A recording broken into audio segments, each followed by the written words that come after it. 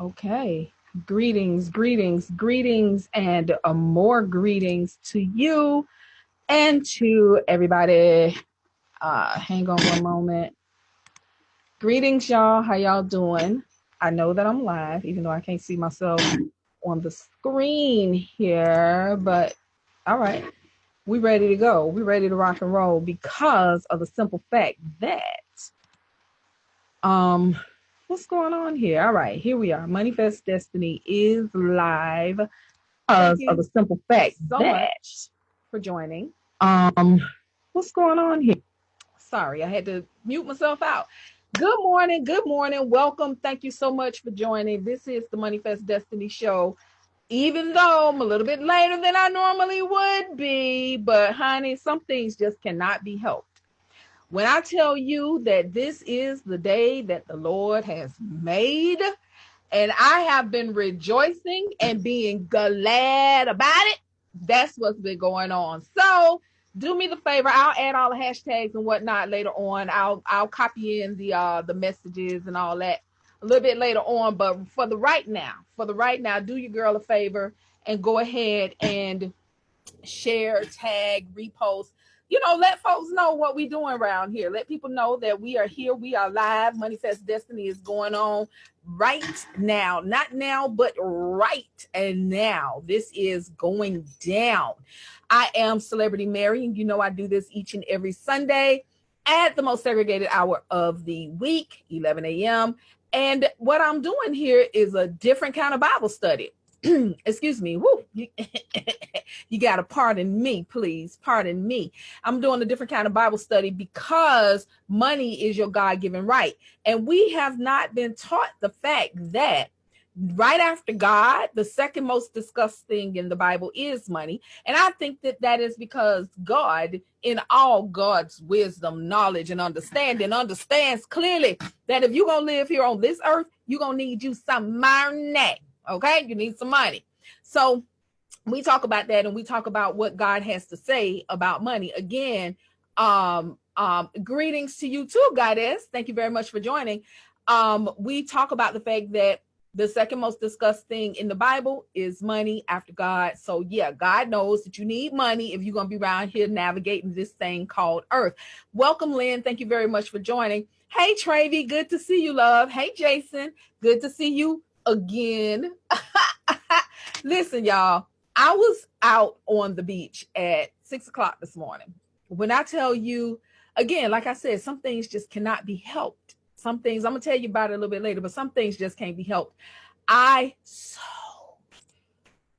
needed that. I needed to be outside in nature, loving on all that is, just experiencing abundance and being grateful. And God, it was a magical experience, and I'm very glad that I did it.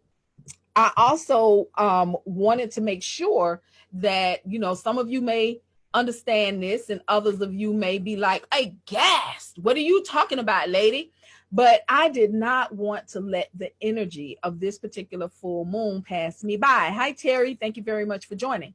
This is the harvest moon. This is the full moon closest to the autumnal equinox, which is about the time of year that in times past, those who created our societies, those who came before us, those who created these systems of barter, exchange, and currency, this is when they would be reaping their harvest. So we're going to talk today about harvesting.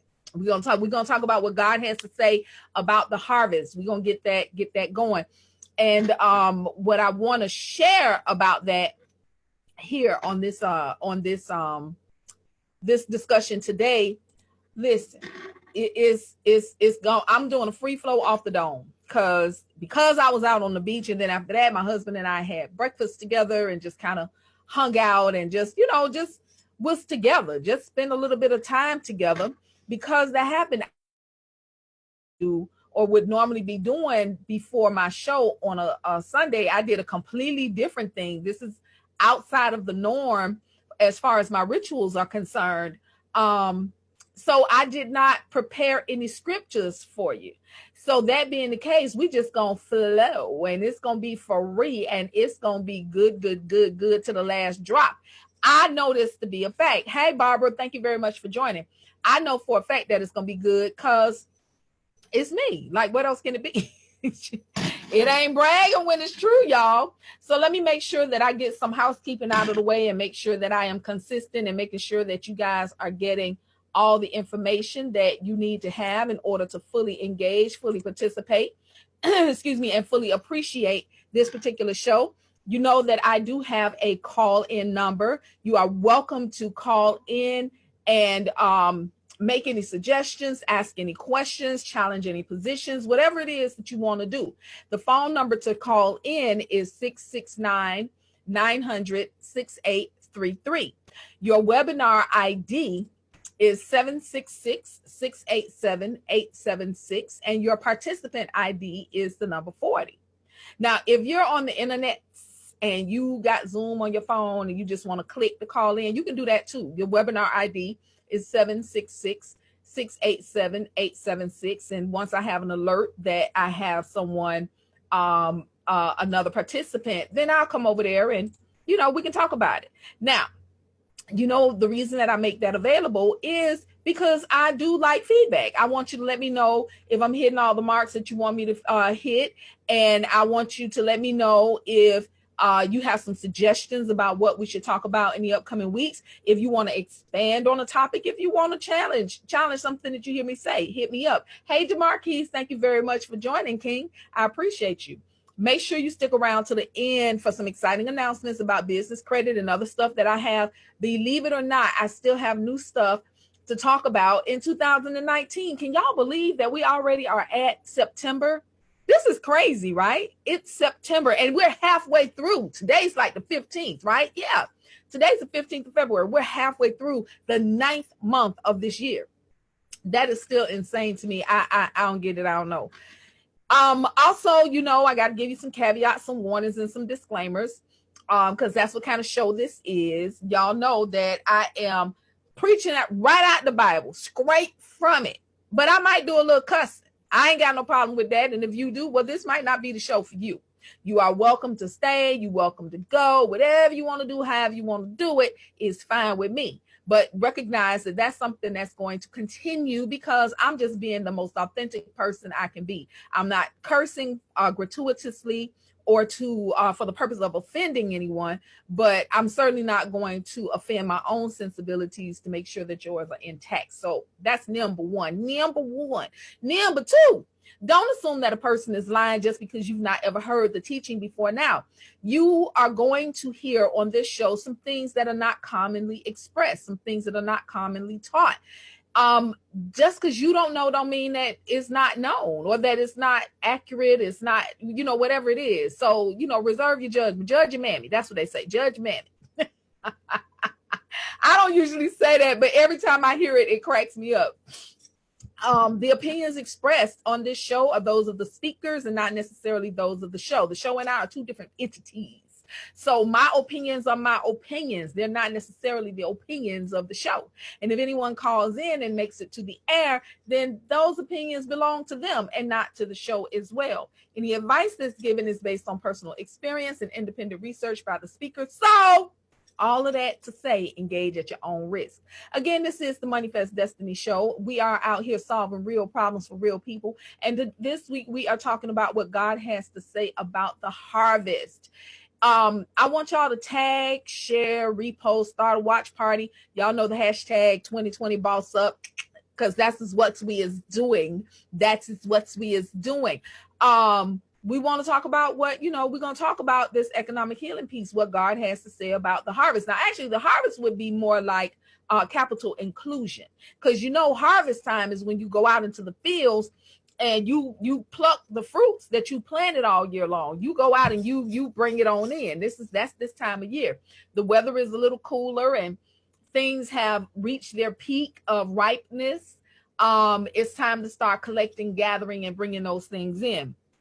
Make sure that you're following me by going to my page and clicking on the follow button. My page is Celebrity Mary dash Golden Hearts Holdings. So make sure that you are following me in that way. Make sure that you see where you see my name at, Celebrity Mary. Make sure if you hover over that, when it pulls up, you select follow and then select see first. That way, whenever I go live, you'll get a notification and you won't miss nothing. You'll be right in the know along with me.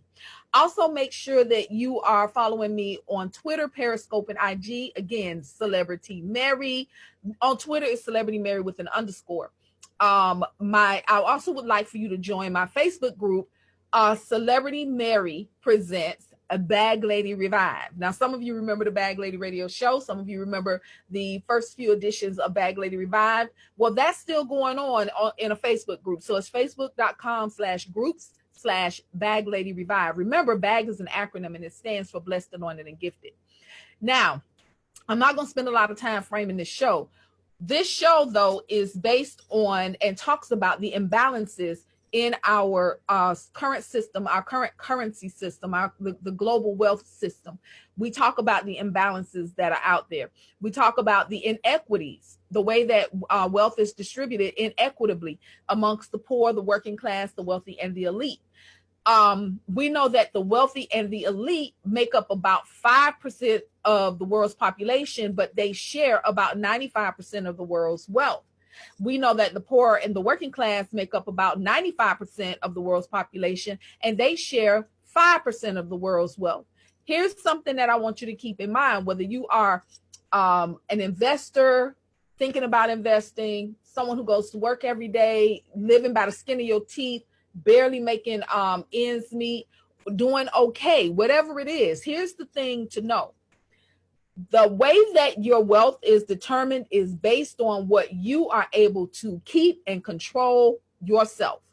So wealth has so many, wealth has as many definitions as there are people who have means to define it, right? So wealth to you may be different than wealth to me. But what we're talking about here again is money, cashola, hard-earned cash, cold, hard cash. I said hard-earned. I don't necessarily want to earn my money hard. I just want it to come. I don't want it to be hard, but cold, hard cash, that's what I'm talking about. In addition to cold, hard cash, we're talking about assets. We're talking about things that you own, you control, things that you possess. So that's how we're defining wealth, okay? So the only wealth that you can count is wealth that you actually keep. So things that you are using and giving away, like when you're paying money out, if it's not making a return for you, you can't really count that as part of your wealth because you're giving it away. You have to give it to somebody for something. That's just how this goes. Here in the United States, the entirety of our nation makes up only about 4.5%, maybe 5% of the world's total population, but we're consuming more than 85% of the world's resources. We are the buyers. We are the consumers of this world. That's our job. I was having a fantastic conversation yesterday with a woman who I was entertaining in my home, and she was telling us about her European summer. And she is a Black woman from the United States who was in Europe, I believe in London at this time. She might have been in the UK, and she had attended a concert. And this concert was all it was an African concert. It was celebrating the continent. And she said that this DJ was shouting out all of these African nations. You know, they were calling like every name. You name an African nation, this guy was naming it. And all of these people were represented in the crowd. They were all waving their flag. They were all like for their region, for their culture, for their country. They were waving their flags. They were flying their banners, and they were really proud. And she said in that moment, she felt so small, like, yo, I don't know where I come from. I don't know where I come from because ain't nobody shouting out the USA when they are shouting out these different countries at this concert. And you've been in concerts like that, you know, the artists show up and they like, you know, represent your spot, represent your set, represent your hood, your clique, you know, your state. that happens. You know, that happens at concerts. That's how it goes down. But she did that, and she was like, yo, she's like, I felt so small. And the enormity of what has been taken from excuse me, so-called African Americans here in the United States, all of that weighed in on her. It fell on her head like a ton of bricks. And she was like, yo, I don't know where I'm from. I don't know what country I'm supposed to be, you know, whose banner I'm supposed to be waving. So I said that to say this. We live in what is known as probably the wealthiest nation in the world, right? At this point in time, this day and age, we live in the wealthiest nation in the world.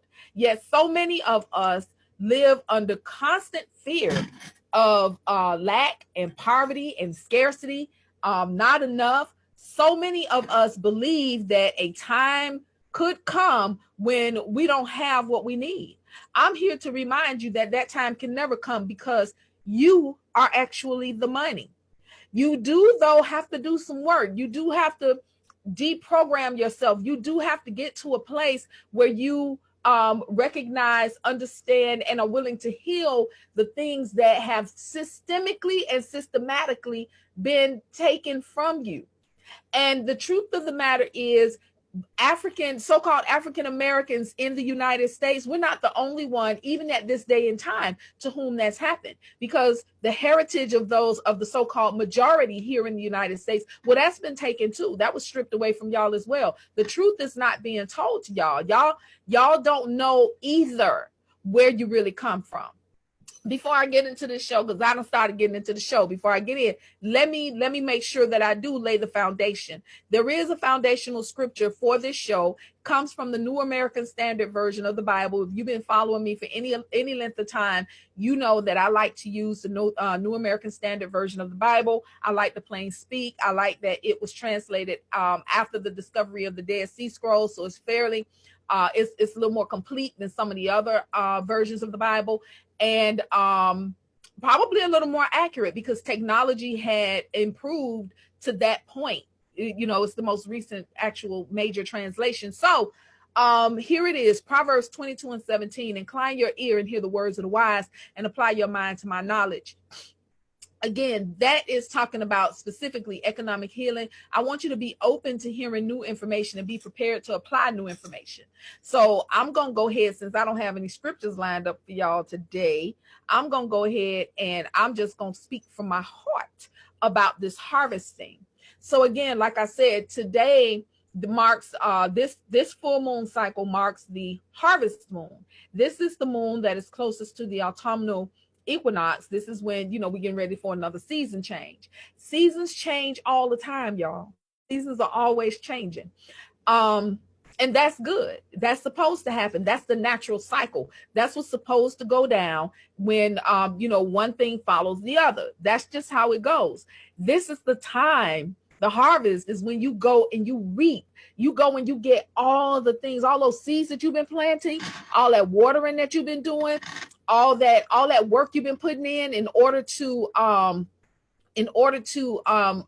help others, or prepare yourself, prepare your family, whatever it is. This is the season when you go and you collect those things. You gather up the fruit, right? Oh, I didn't even see all these people. Great Rising. Thank you for joining, Pam, Hayward, Ethan, Masan. Thank you very much for joining. I appreciate you all for watching and being with us this morning. So this is the time for your harvest. So I wanted to be under the harvest moon.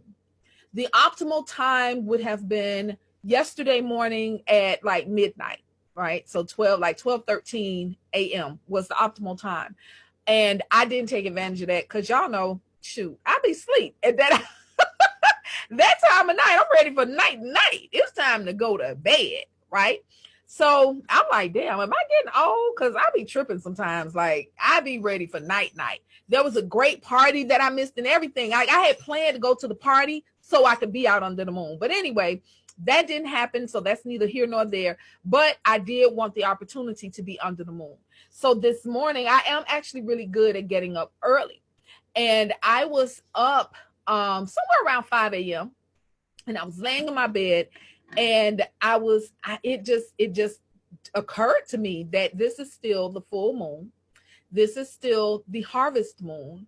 And if you want to go outside, now is a good time to be out there, get, go charge my crystals up, and, just let my prayers be unfettered from here to the heavens, as high as they could go. Right. So I did that. I got up, I put on some clothes, I went out on my deck, I took all my little crystals out there, I burned some incense, and I had some candles, and it was so nice.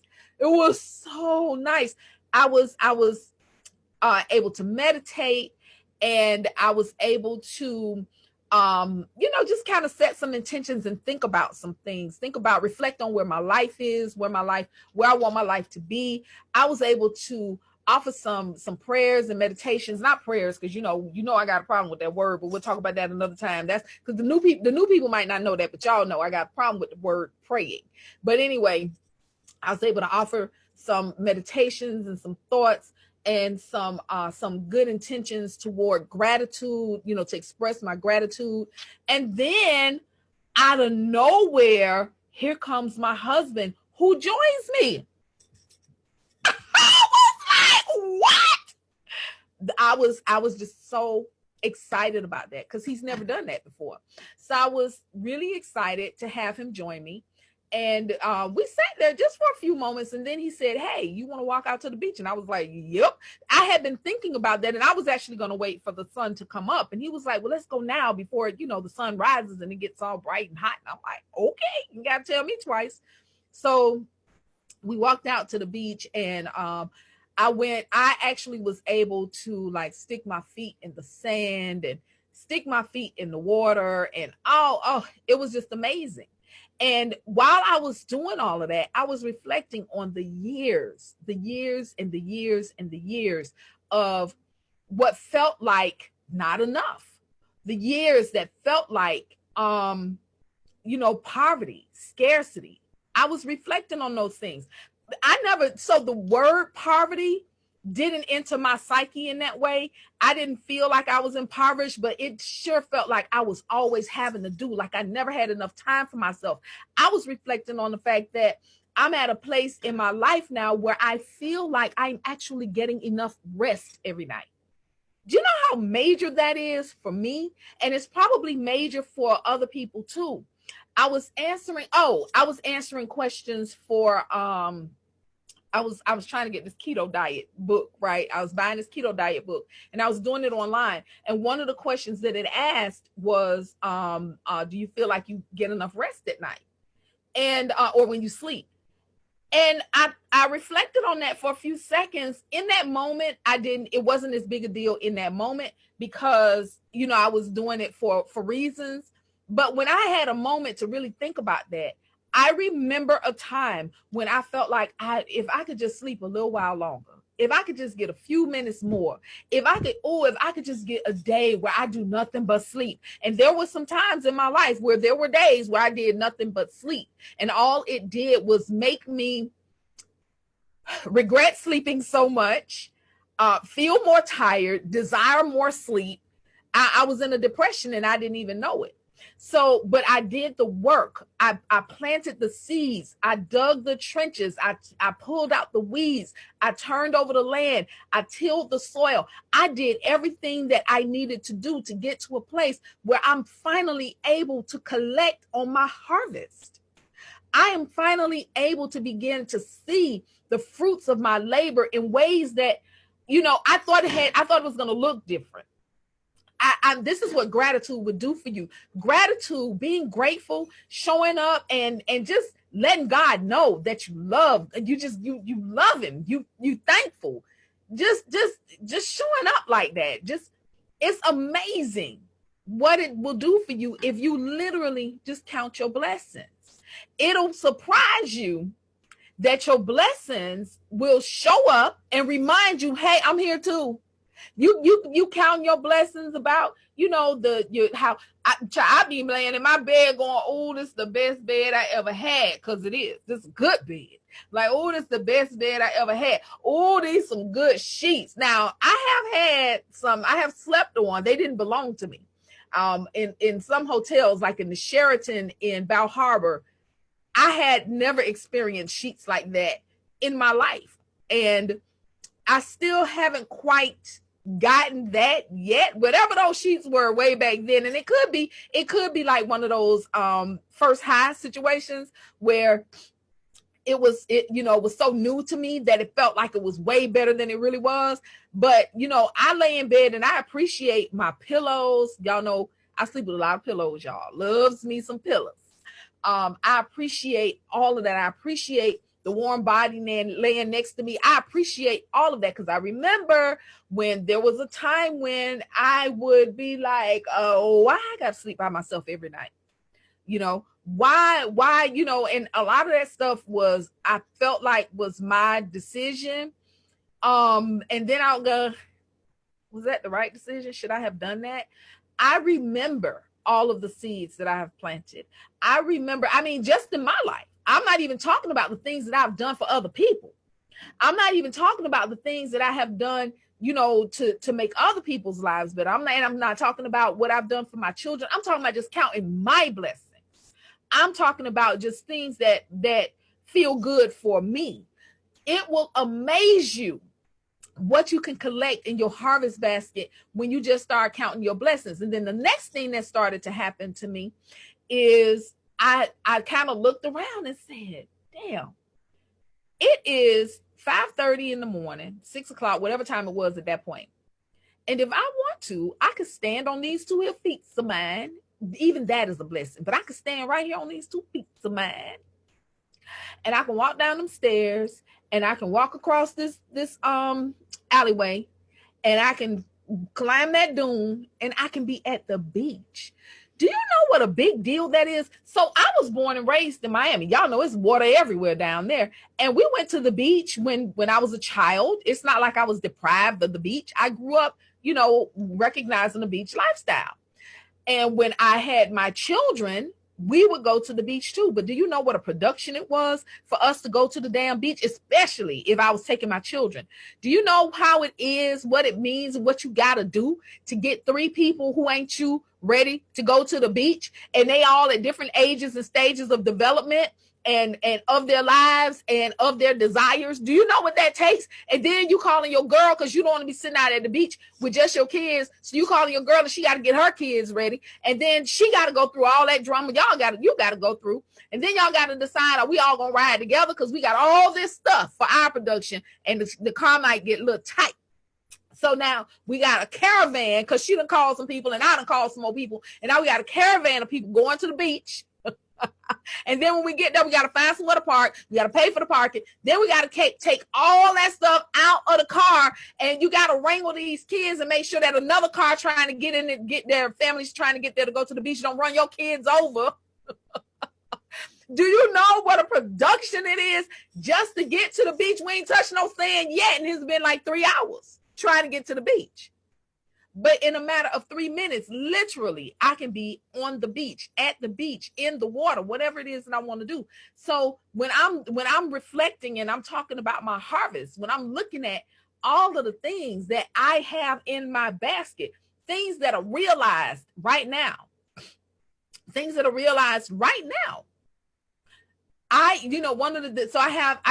I've also learned, let me say this too.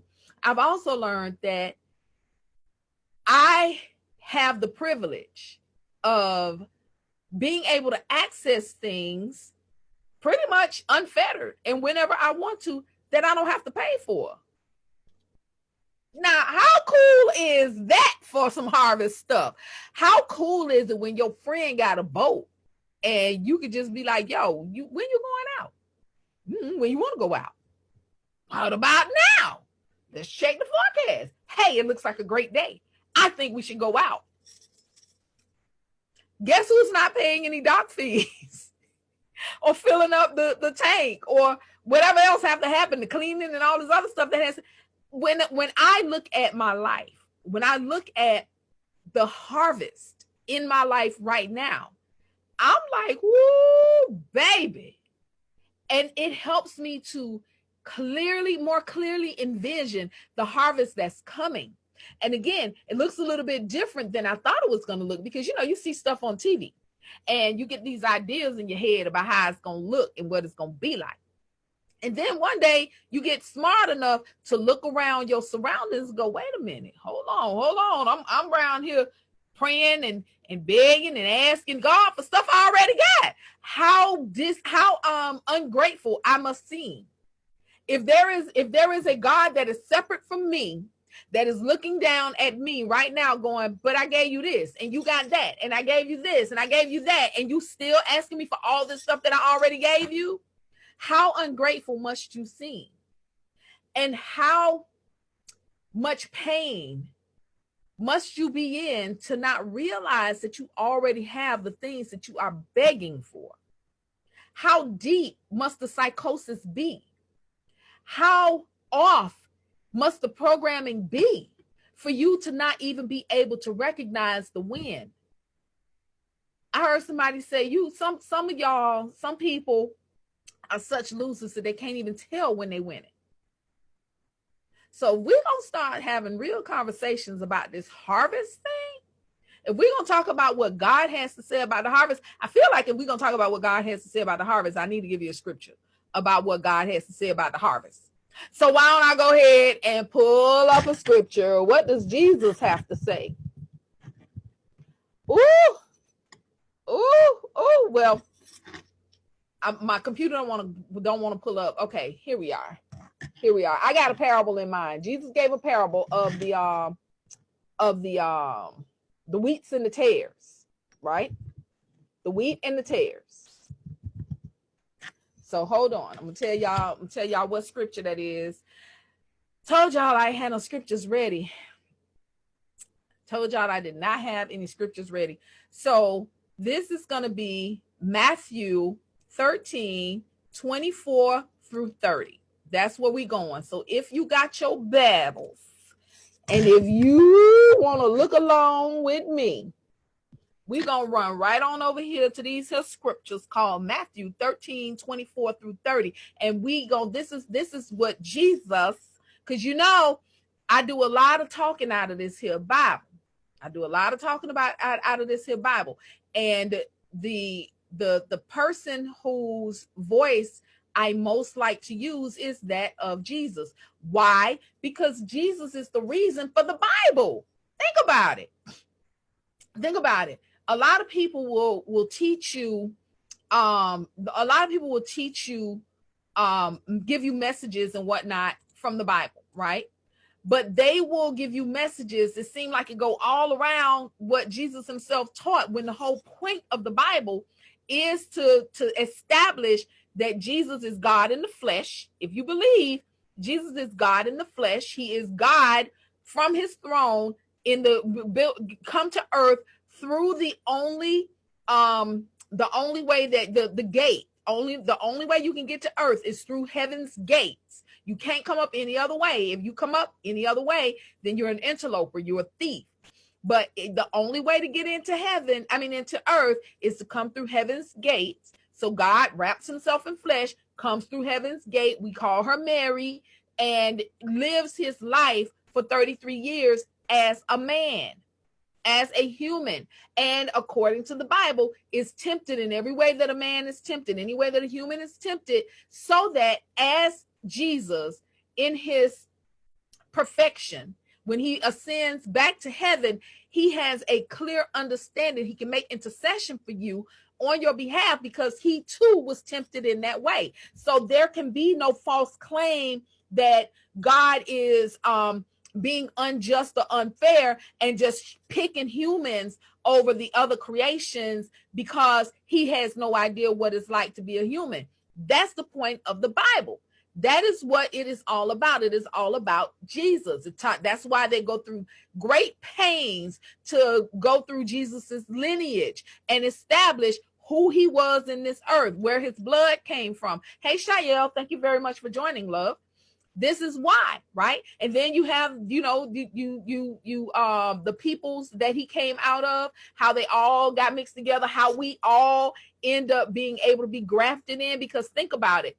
Even though the children of Israel were of one particular nation, they did a lot of mixing and interbreeding and mingling.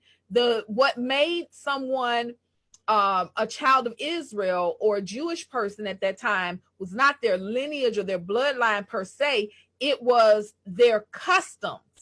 It was their willingness to be able to live by the rules that have been laid out by the true and living God. That's what this was all about. So keep in mind, that's what the Bible is.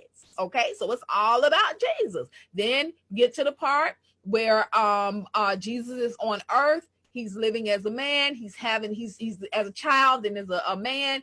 He's having all the trials and tribulations. Then he does the act where he lays down his life. You know, the Bible says, what greater sacrifice, what better love is there than a man who will lay down his life for his friends? So this is what Jesus does. And then Jesus ascends into heaven. And after Jesus ascends into heaven, his ministry really begins, because he taught those who walked with him what the kingdom of heaven was. And they, 12, according to the Bible, the 12 set the world on fire. They were the ones who carried the message. We know that Jesus said he got flocks in other places. We know, but the 12 are the ones who set the world on fire. So saying all that to say that the whole point of the Bible, from Genesis to Revelation, is Jesus revealed, Jesus revered, and Jesus what's the word I'm looking for? Ascended. Jesus doing his salvation. Jesus, God saving his creation. Okay.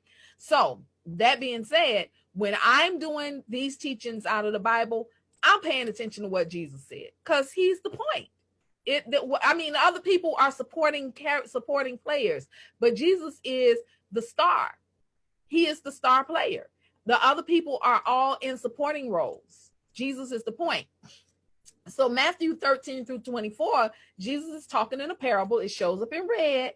Jesus is talking, and he's giving a parable, and he's talking about, a lot of the parables are all about when people ask Jesus to tell them what heaven is like. And he's comparing heaven now to a man who sows good seed in his field. And you've heard the parable of the sower. Excuse me. The parable of the sower is the man who sows seeds, and some fall on stony ground. Some fall, the birds eat them up. Some fall off by the wayside, and the sun cooks them and kills the seeds. And then some fall into good soil, and those, get roots and they grow up and they produce a harvest, right? So Jesus is comparing heaven to good seed. He's a man who has sown good seed in the earth. Out in his field, he sown good seed. But while he was sleeping, his enemy comes and he sows seeds for weeds, right? So now the weeds and the seed, because the weeds look so much like the wheat when they're growing up, the people who work the fields come to the landowner and go, "Oh my God, we don't know what happened.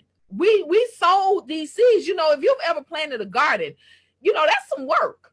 That is some work to be out there digging up soil, and in some cases, depending on what you're growing, literally dropping one seed at a time or one sprout at a time in a hole. And they like, we don't know what happened. We have no idea what happened. We went out in these fields and we put these seeds for wheat in the ground. But now these other things are growing up. These weeds are growing up with the wheat, and now we don't want to know what to do. And they scared they're afraid for their livelihood as well. Because keep in mind that people who work for other people at that time, it was not like it is now. These people they built communities together. Whatever went well, if it went well for the landowner, then it went well for them. And if it did not go well for the landowner, it won't go well for them. So they're like, listen, we don't know what to do. It's like, there's good seed sold out here. Why are there tares? Wheat was put out here. Now we see this chaff growing up as well. And the man said to him, look, the enemy has come and done this. Ain't no way this gonna grow up like this. Whatever it was that he saw, it was obvious that this was not something that like the wind just blew a couple seeds in here and there. This is all over the field. So he says, this is what what we gonna do, because the people were like, well, do you want us to go out there and pick out the ones that are not right? And the man was like, no, don't do that. He says, you might, if you go out there, you might tear up the wheat as well. You may not be able to distinguish one from the other. So this is what we're going to do. We're going to let both of them grow up together. And when it's time for the harvest, I'm going to tell the reapers, the people who go out there and reap for the harvest. Woo! That thing is giving me chills, y'all. It's giving me chills. I'm going to tell the reapers, though, to go out there and get the tares, tie them up in bundles, and set them on fire. Go out there, take out those things that's not producing fruit, that's not beneficial for me, tear them up out the ground, and then we're going to set them on fire. We're going to tie them up in bundles, and we're just going to set them on fire.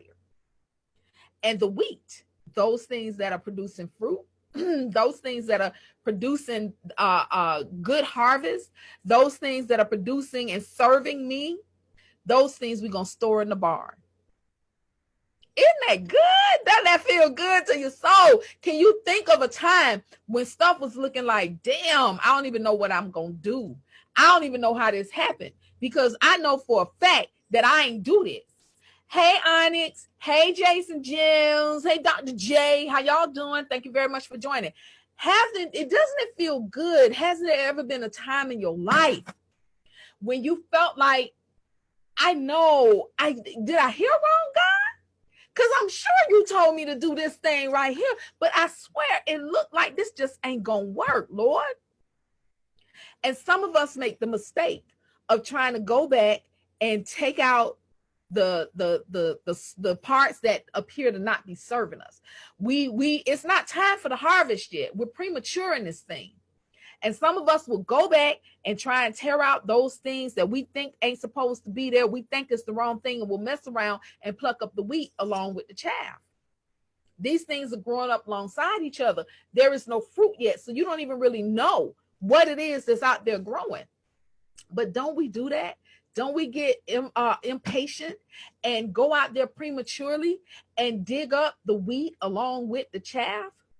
This is why sometimes you got to let a thing come to fruition. And that is one of the things that I came to understand this morning about this harvest. While I was out there, Lord, listen, y'all, I know that consistency is important. And there are some people who ride with me no matter what. And I appreciate you. Oh, I appreciate you. I appreciate you. And this is why when it comes to me and you, our relationship is like this. We got a real bond, y'all. Those with whom I have a bond, I got a bond. Y'all know, if I'm in with both feet. I'm in this thing with you. But some people don't know that I don't typically show up half an hour late. But it was so worth being out there doing what I was doing.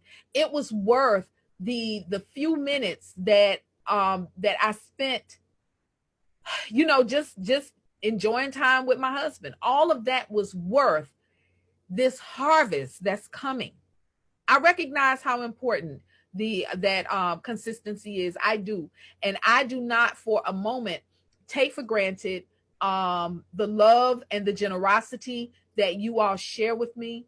I appreciate each and every one of you in ways that I don't even know if I can ever fully express, for y'all to, to be with me, to ride with me, to go, to go over time with me, the whole nine. To come on. Some of you have been on since I turned my camera on this morning, and I thank you. Jamie, you one of them people for sure. Like for real, girl. No, I'm talking about. I see people sharing. Thank you. All of you are sowing into my life, and I pray that I sow into yours. And the harvest that we're going to reap together. We don't know what it's going to look like yet. We don't know what it's going to look like. All this stuff is coming up together. The good, the bad, the unknown, the ugly, all of that, it's all coming up together. But when it's time for this harvest that we all got here together, baby, when I tell you, you better put on your dancing shoes. You better put on your dancing shoes, boo, because it's going to be a party. Hey, party. Hey. I can't tell. I can only see the reason I'm able to call Jamie's name is because for real, only one face is showing up here. I know there's more people watching, but Facebook, for reasons I don't understand, maybe I just don't know how to do this shit. Maybe I'm doing it wrong. But only one face is showing, so I don't know who's still on. The only way that I know you guys are on is if you write and say something. Otherwise, it's like Facebook is like, it's people watching, but it's a secret. We're not gonna tell you who it is. So whoever you are, I thank you for everybody who was still out there, everybody who was riding with me, everybody who was who was hanging out with me on this show this morning. I thank you. I thank you so much. It means everything to me that you're here. It means everything to me that you get to witness and be a part of and in some way contribute to my harvest. And it is my dominant intent to do the same for you. That is what I want to do. You know, there is an idiom that I'm trying to recall. And the only part of it I can remember is it's not robbery. Fair exchange is not robbery. Fair exchange is not robbery. So, and yeah, it's not robbery. So I want to tell you again how much I appreciate you all. I want to thank you again for being here with me today. Thank you for indulging me. Thank you for putting up with my foolishness for the day. Foolishness is not the right word because, like I said, it was worth it. It was so worth it. And what it ended up happening is I was not really aware. This right here, I'm finna tell y'all a first world problem. I was not really aware. I never really paid attention to it, but I was outside before the sun came up, so I was in the dew. And what had happened was, you see this here hair? You see the hair right here? When I came back inside, and you know, I came in, I didn't like go and start getting ready or anything like that. I came in, we were relaxing, we were hanging out, we had breakfast, and then it was time to get ready. And when I went into the bathroom to get myself ready for the show, which I figured, you know, I'll just brush my hair out real quick and, you know, put on a little bit of makeup and I'll be ready to rock and roll. When I went in the bathroom, I had an afro about this high.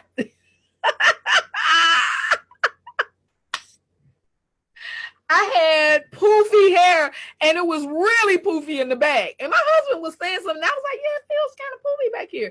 And I was like, did I brush up against something? Did I miss like did did rain fall? And like, did I miss something? It didn't occur to me.